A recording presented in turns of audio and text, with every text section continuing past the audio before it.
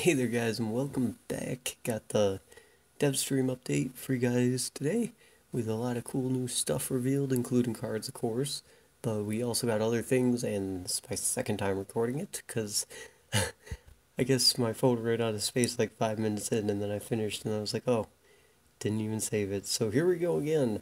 Kind of cool, lots of cool things. They didn't tell us what the new game mode was yet. I'm like 90% sure it's draft. I really wish they just confirmed it though.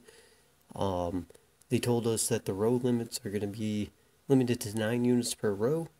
Not too bad, because that makes it 27 units you can play per round, which isn't a bad amount. I mean, it does make swarm decks kind of harder to play, and does make it so Northern Realms can't like stack all their machines and everything on one row, but that was kind of like an advantage for the opponent in my opinion, because you could punish that with a last rate or marigolds really easily. But now we know they're limited rows, which is kind of nice. They're trying to make it more friendly for mobile with a lot of these updates, it seems. And then they said they're changing the starter decks, which is awesome, because I said on Reddit a while ago that the Nilfgaard starter deck is pretty crappy and they should change it.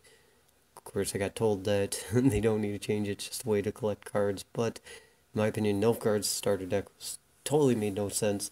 The cards didn't mesh at all. The other starter decks had themes, but so yeah, they're saying they're changing all the starter decks.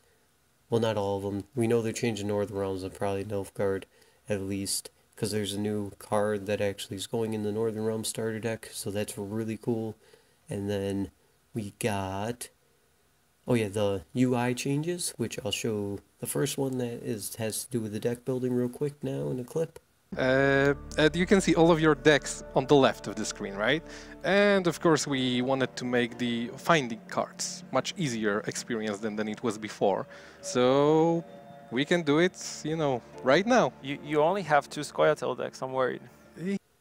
So as you can see, now you can actually, you have your collection and deck builder in the same spot, which is really nice.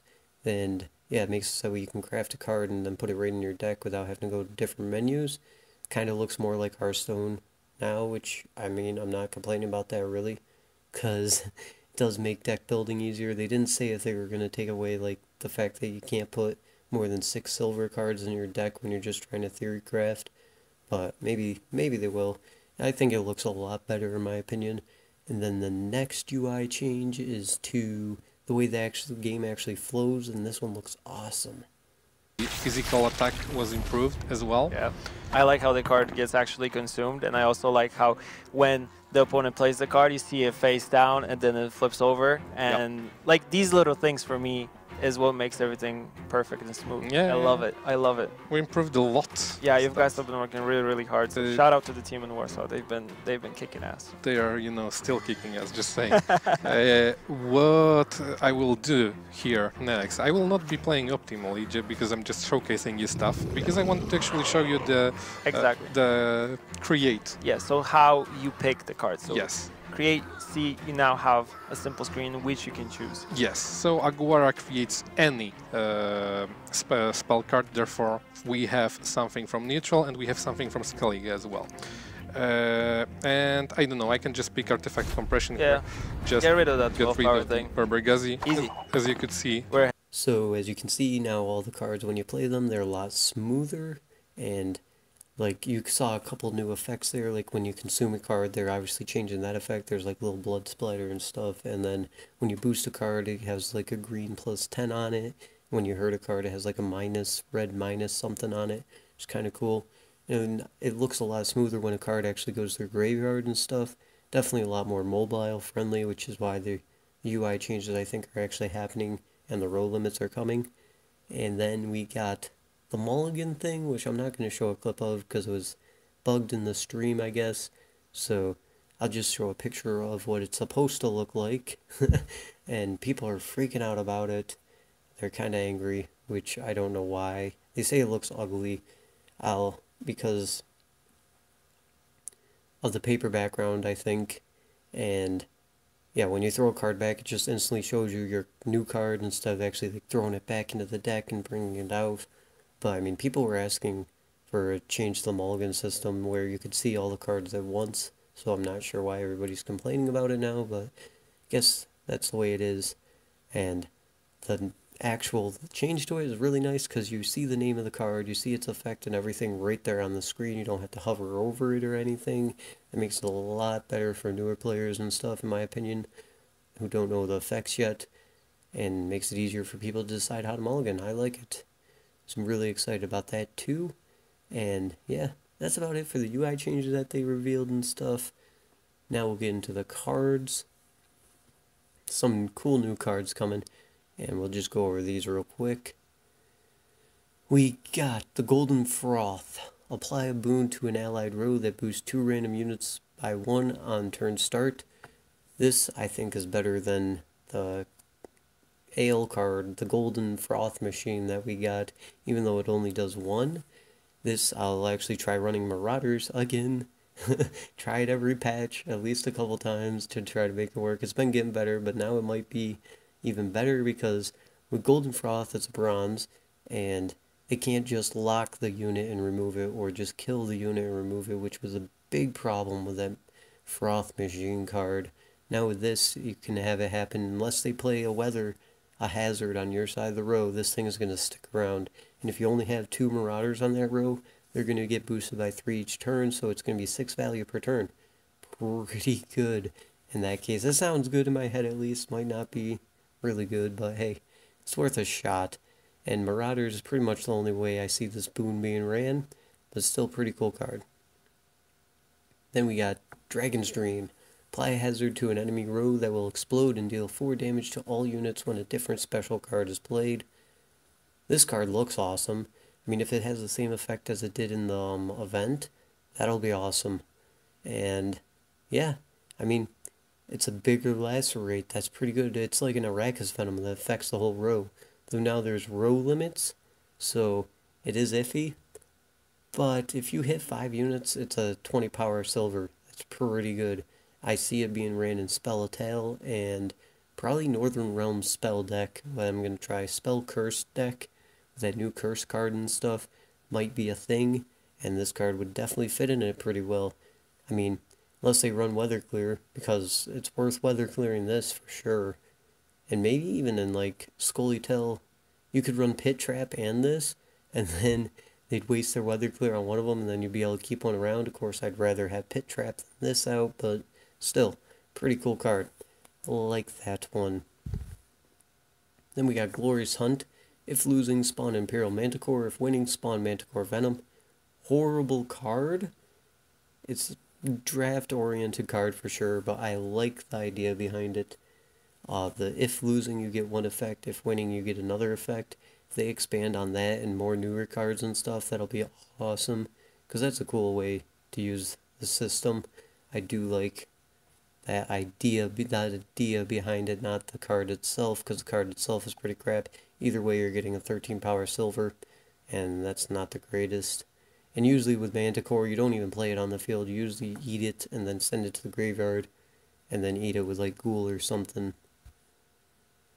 Then we got Rockslide, deal 2 damage up to 10 random enemies. If they have 10 enemies out, it's a 20 power silver. That's pretty good. If they don't, then it's not as much value, but with a lot of the new cards, it seems swarming is going to be more of a thing. Even though the row limits are out, there's a lot of new cards that like spawn more of that card. Like SpellTell, Northern Realms, and Nilfgaard all have that type of card. So Rockslide might see some play. That's another 20 power silver. 20 power seeming like a new really good power level for silvers now. Then we got Agura True Form, create a bronze or silver spell. Crappy card. It sucks that it's RNG, and it sucks in pretty much no matter what. It's a crap card that won't be ran in draft, but in draft it will be ran probably. Could be an alright card there. But in constructed, I don't see this card seeing play at all. Yeah, it's a relic, it's cursed, it fits with those 2 archetypes, but you're going to end up with a bronze spell more often than you are a silver, just because there's so many more of them. So, and even if you like get a silver, it could be a really crappy one like Restore or something, and that'd be horrible. So I don't like this card at all, but the actual human form one is actually really interesting. Agura, well, or just Agura, I guess it's not called human form. Choose 2, boost the lowest ally by 5, boost a random unit in your hand by 5, deal 5 damage to the highest enemy, charm an enemy elf with 5 power or less. So you get to pick 2 of those, any of those effects when you play it, which basically on average makes it a 15 power gold. So that sounds alright, but I mean, like in a hand buff deck, this card will probably be pretty good actually, because the boost of random unit by 5 in your hand, that's pretty good. You're sacrificing earlier tempo for later tempo, which is what hand buff is all about and why I like hand buff. And then the other effects, then you get to choose one of the others. The charm and elf with 5 power less effect is so iffy, but if you do actually get to pull it off, that's a 20 power gold if you steal a 5 power elf.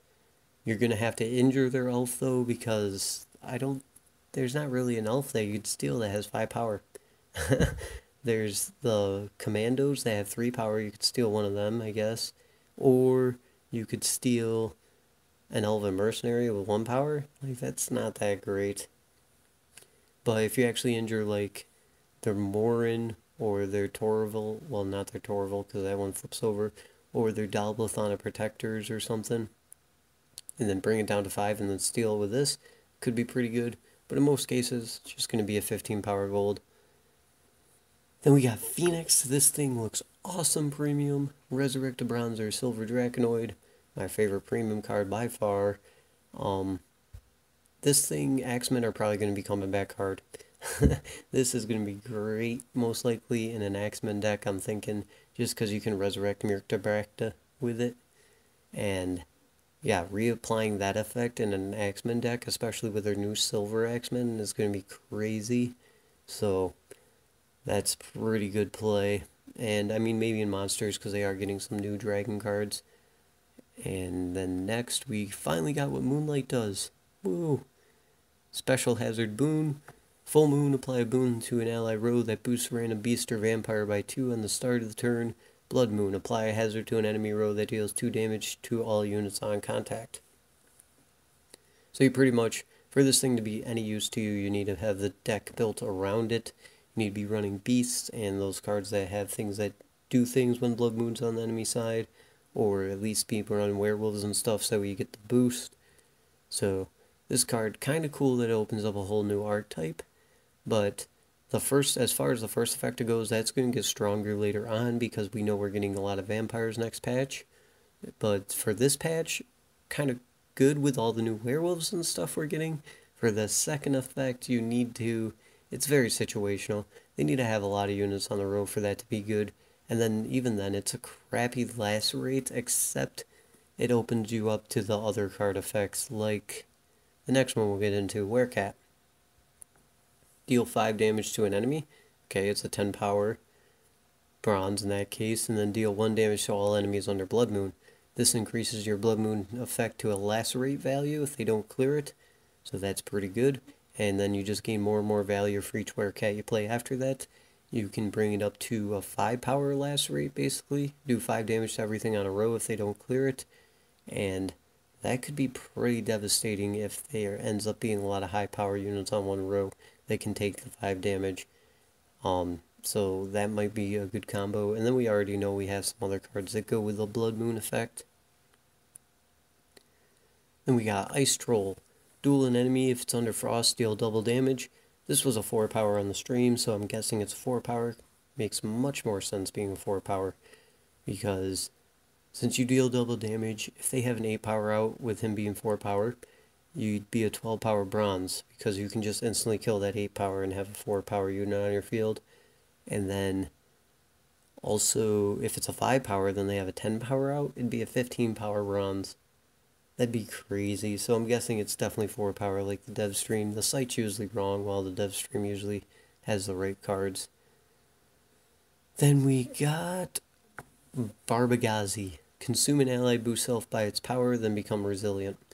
It's Ekimara. So this card is basically Ekimara, and Ekimara is getting changed, I'm guessing, so they didn't show us what that did. And we already know how Ekimara plays out, so don't really need to go over that one. Oh yeah, but they're removing all the consume archetype things to like insectoids now instead of necrophages and stuff. So that's kind of interesting, as you'll see with another card. Then we got Forked Tail, Draconoid, consume 2 allies and boost self by their power. Kind of cool. Mini Unseen Elder with bronze. Not too bad. I mean, if you eat 2 Selena Harpy eggs, it makes them an 18 power play. But the Selena Harpy you played was a 7, and it's going to spawn you 2 little Harpies. So overall, it'd be like playing 2 13.5 power bronzes if you go with that play. That's pretty good. Also triggers your Neckers and stuff. So, yeah, more consume support. Pretty awesome.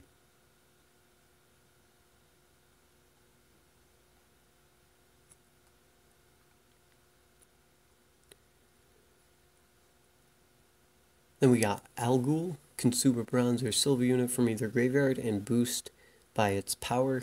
Yeah, this thing is Nurkrat, or whatever they decide to call it now. So, yeah, it's not a new card, it's an old card, so they're probably changing the old card to something else. So we already know how that card works. Pretty good card. Then we got... Oh yeah, here's another weird thing. They're removing all of the, like, multiple effect cards, like old Spear Tip used to transform into the Sleeping Giant. They're removing that. And they're also removing like Queen's Guard to split up to 3 different cards. So you're just making it 1 card now. So you'll get, basically, if you have like a premium of each one, you're going to end up with 3 premiums of the only one that they're going to run. And I don't know how they're changing old Spear Tip or what they're doing with that. But Olgierd is 10 power, deal 2 damage to up to 5 enemies on the opposite row.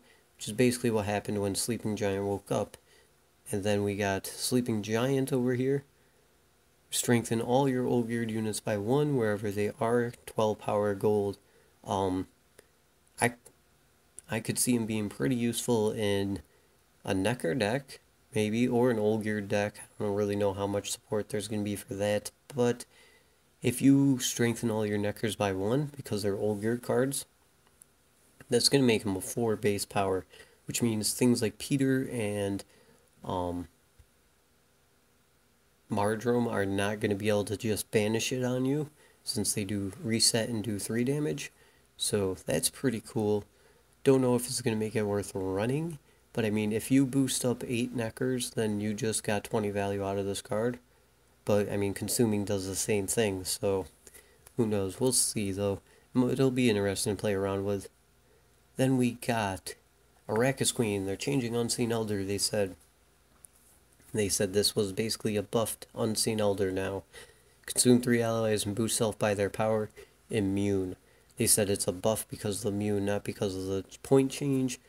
It is 2 power stronger, but the immune tag actually is a nerf to Unseen Elder in my opinion. Because, yeah, you can. The way people deal with Unseen Elder is either Scorch or Igni.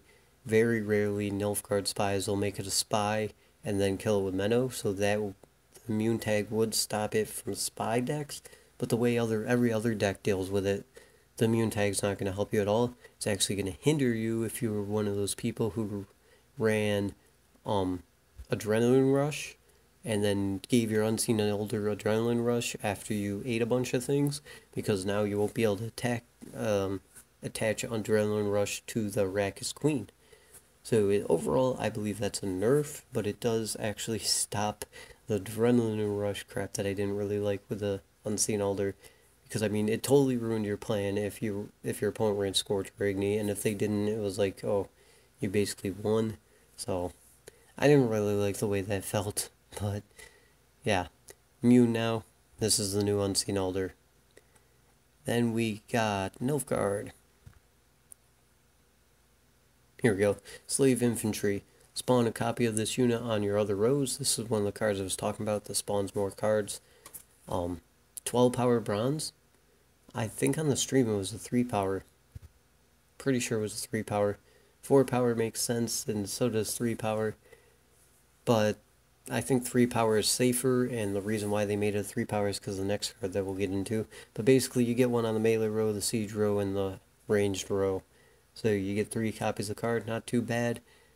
You wonder, why would I want to do that? Well, that's because of this new card. Boost all copies of a soldier by 2. in most cases, if you have 3 copies of the same soldier out, this is going to be a 14 power bronze. Really strong in that case. But if you have 2 or 3 of these guys out, this card, if you have all 3 of these, if you played all 3 of these, let's just say the most optimal play for that card, you play all 3 of these, you end up with 9 of the same soldier out. This card will give you 26 power. Every time you play this card, it'll be a 26 power bronze play. That's ridiculous. And if you played 2 of these guys, then you'd still have 6. So, I mean, this would still be a 20 power bronze. Like, these 2 cards go together so well. Slave Infantry and Sentry. There's definitely going to be a deck built around that, because that's pretty crazy. And I mean, in other cases, as long as you have 3 of the same soldier out, it's still 14 power bronze. Or if you only have 2, it's a 12 power bronze. And 12 is still pretty good for a bronze. So, I mean, the only way it fails you is if you don't have more than 1 copy of a soldier out, which should not be too hard with something like Recruit and stuff. So, I don't know. That's a pretty good card. That's actually like close to busted card in my opinion, but we'll see. I mean, Nilfgaard has a couple like close to busted cards. The Witcher, Viper School Witcher, this guy's crazy in my opinion. Slave Driver is crazy. And then we got the Sentry and the Slave Infantry combo, which is just ridiculous.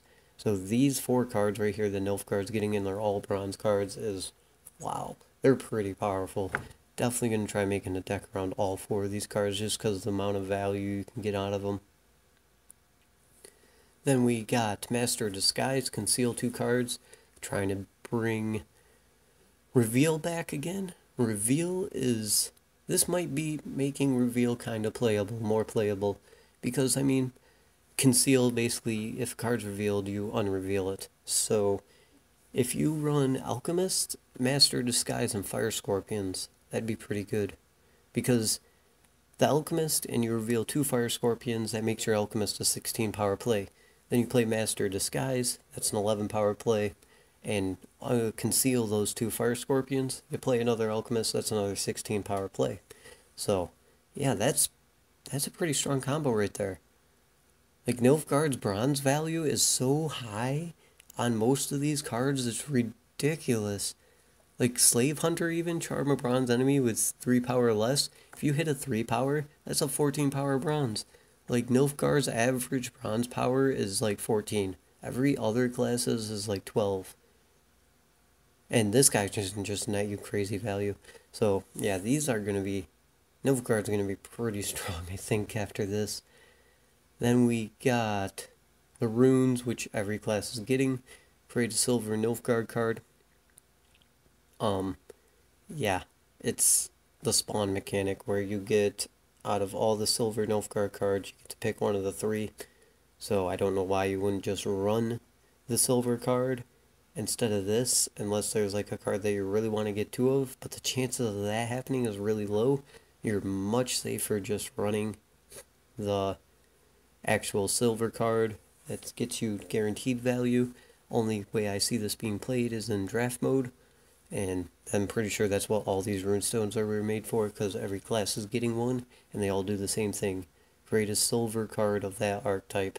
So in draft, yes, really cool fun card. In constructed ranked stuff, don't know why you'd ever run this. Watch, I'm gonna eat my words when like one of these runestones is actually really good in like monsters and something, and double playing a card will just be ridiculous. But the way I see it, I'd just rather run guaranteed cards, so I don't see that card being that great.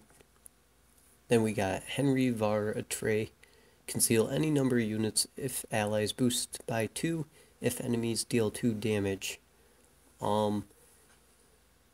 Yeah, this guy, he actually said 2 on the stream, so we're going with that because any number is pretty ridiculous.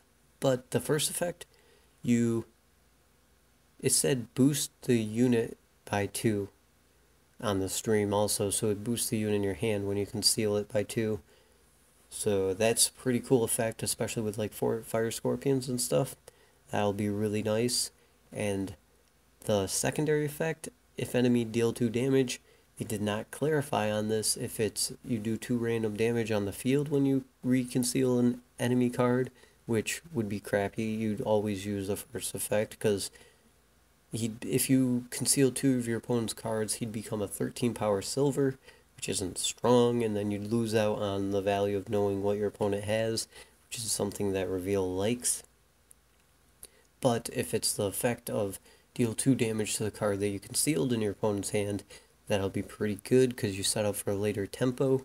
And also, there's a problem where, like, Priestess of Freya and Elven Mercenaries, those are problems.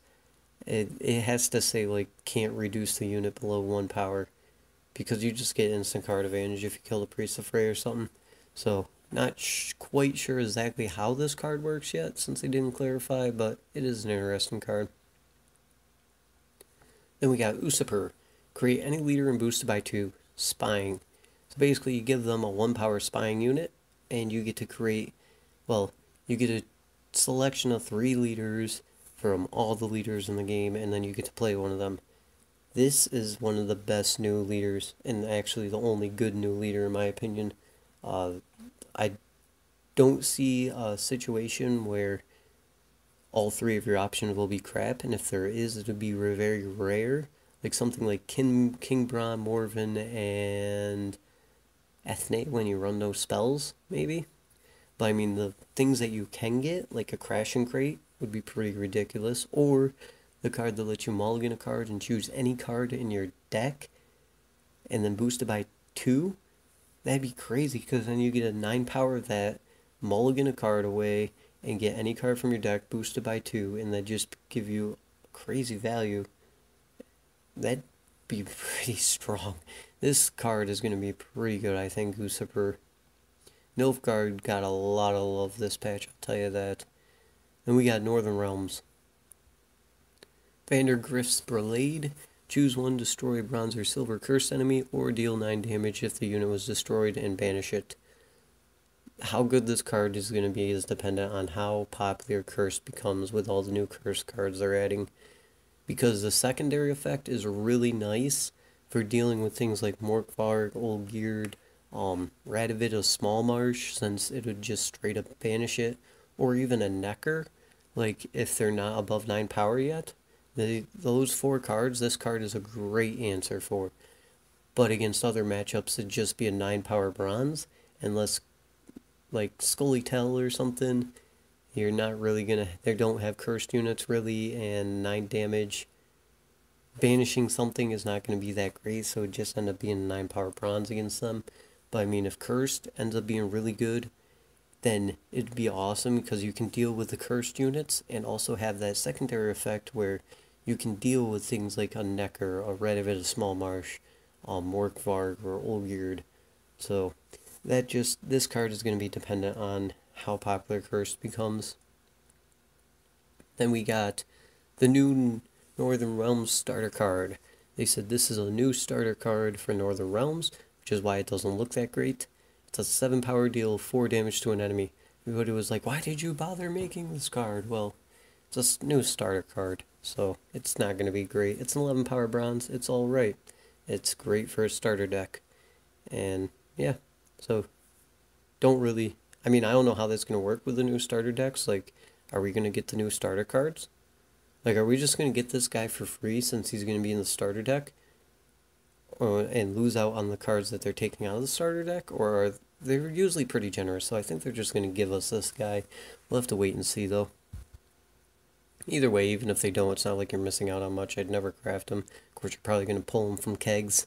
Then we got, yeah, the Runestone card for Northern Realms. And next, Sabrina Spectre. Mage Curse. She was 5 power on the stream, so that's what I'm going with, not a 3. Resurrect a bronze cursed unit. Not too bad. With all the new cursed archetype stuff there is, that's a pretty strong card in a cursed deck with 5 power or 3 power. So, yeah, that can be really good. Then we got, yeah, it looks like Catapult, but it's not Catapult.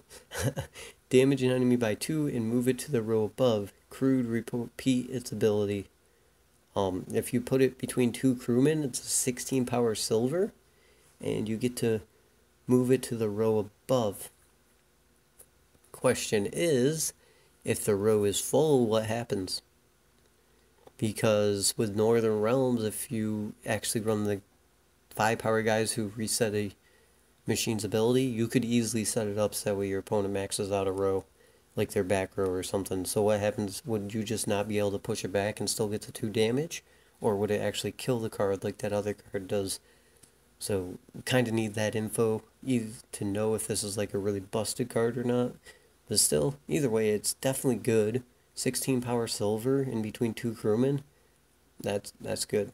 So that's a good machine card for silver. Then on to SpellTell, which I don't think there was much revealed in SpellTell. Pretty sure they got them all. Yeah, we got this guy. Besides the rune. Create a silver special card. 3 power.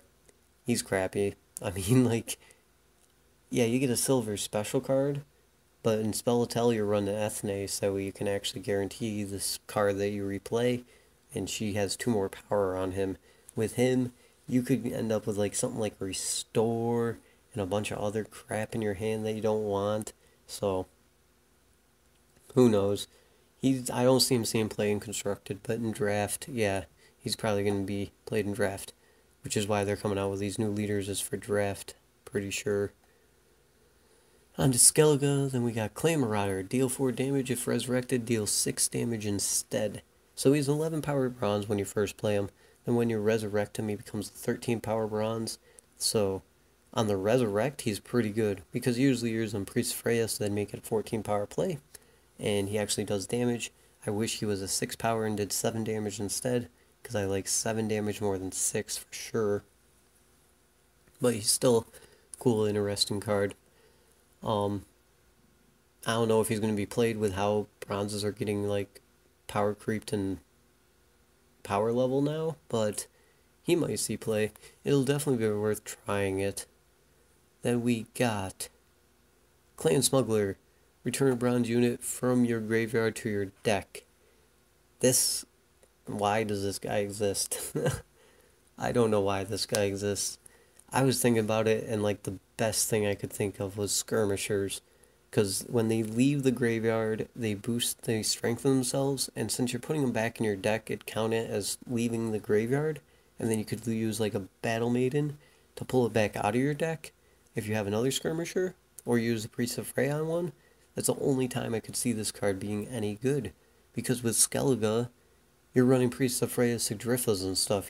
They're like the resurrecting gods. You don't want to be returning things in your deck. You want them in your graveyard. They're easier to access when they're in their graveyard than when they're in your deck. So, I mean, except for anti-mill card, which they said they're changing mill anyway, and mill's not going to be a problem, so I don't know why you'd run this card. I guess we could try to come up with something with skirmishers, maybe. Like, get skirmishers really boosted, return it to your deck, discard it with, what's his name?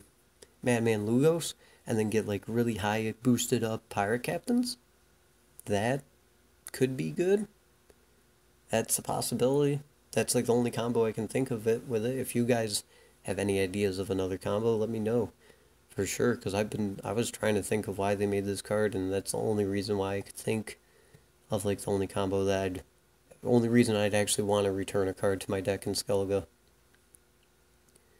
And we got their Runestone, and yeah, that's all the cards. That was the last card.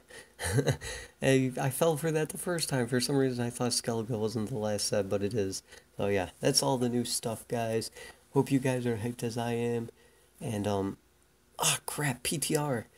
Yeah, the PTR is coming. I mean, for you guys who watched up to this point, I guess you guys get to know this because I forgot to put it in the beginning. Yeah, PTR, Public Test Realm, is coming, and they said in like the next week where we'll actually get to test these cards on PC. I mean, I play on PS4, so I wouldn't be able to do it on the PS4, but I was asking around exactly what's up with PTR, and it seems like you're going to end up with your account on the PTR system, but it's going to be like a separate account, so you're going to have all your cards and your gold, and then you're going to be able to do whatever you want with the new cards. Don't know if they're just going to give us the new cards, or if you're going to be able to use like the gold you saved up to kind of like quote-unquote open packs and try to mess around with what you can. But in either case, I'm going to try to run Gwent on my PC and see if I actually can, and then try to run my screen recorder and see how that works out. Because the only thing I'm going to be interested in, for the most part, besides testing out the new cards, if they actually let us do that, because if I make a new account, I won't be able to actually gather enough stuff to properly test the new cards in time. But if they have draft mode on there, I will save all my gold for draft mode, because I will play the crap out of draft mode on a PTR system. I don't even care if I don't get rewards that count. I'm so excited for draft mode. So hopefully that's a thing, and I can just give you guys tips right away for how to play draft mode, because I always play draft mode in card games, and like booster pack events and actual paper card games were what I love the most. Basically, you pay for like 5 booster packs, you open them up, and then you make a deck out of that, and you face everybody else who goes to the tournament with that deck. And yeah, so yeah, hope you guys are excited, and probably going to be coming at the end of December officially on the system. And that's about it for this one, guys. You guys enjoyed, and I'll see you guys in the next one.